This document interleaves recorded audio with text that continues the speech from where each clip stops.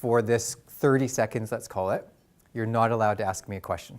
After that, you can open the floodgates, ask every question you want. But it's a bit of a warm-up exercise, and it's a bit of a way to sort of ease into the day.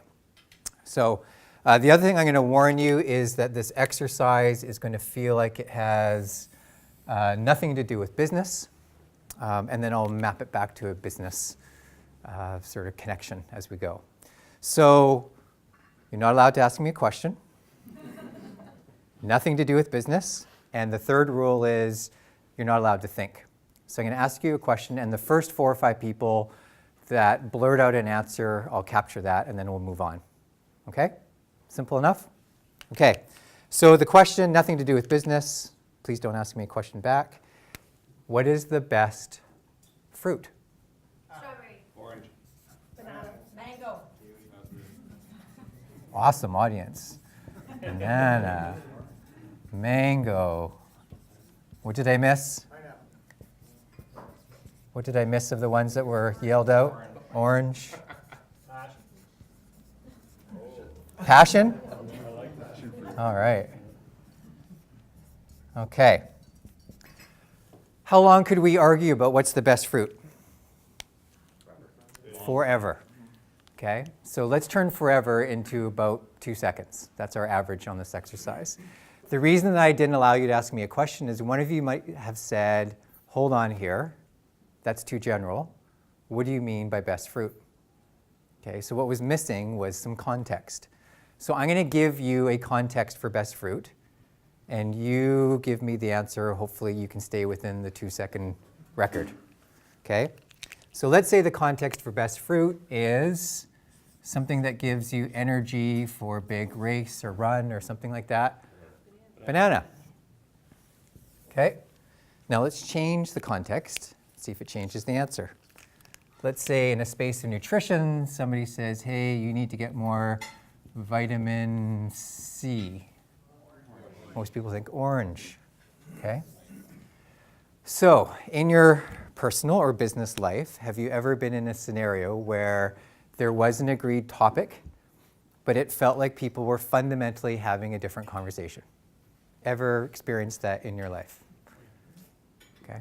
I asked that question months ago, and I had this one person in the room say, oh my gosh, you just described last night from dinner to bedtime.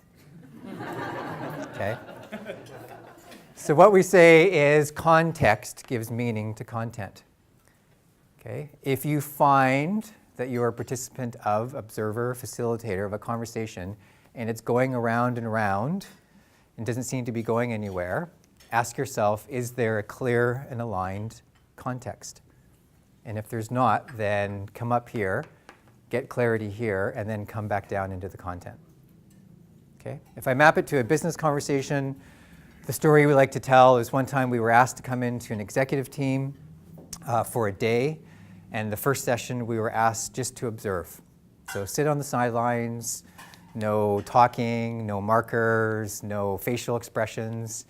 And so we did that for an hour and a half, and then there was a break, and then we were asked to come in and provide some observations. Like they knew something wasn't working in the dynamic, and so we facilitated a conversation, and the result of that conversation was that there was an agreement and awareness that people were running fundamentally different context.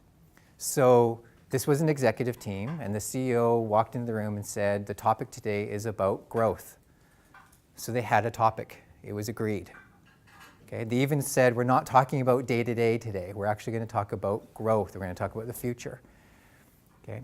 And what we helped them understand was, and here was the extreme examples, so the head of HR, that individual, admitted at some point that as soon as he heard the word growth, he thought about what in terms of people? Hiring. Yeah, so more people. So here's the word growth right away, the assumption, more people.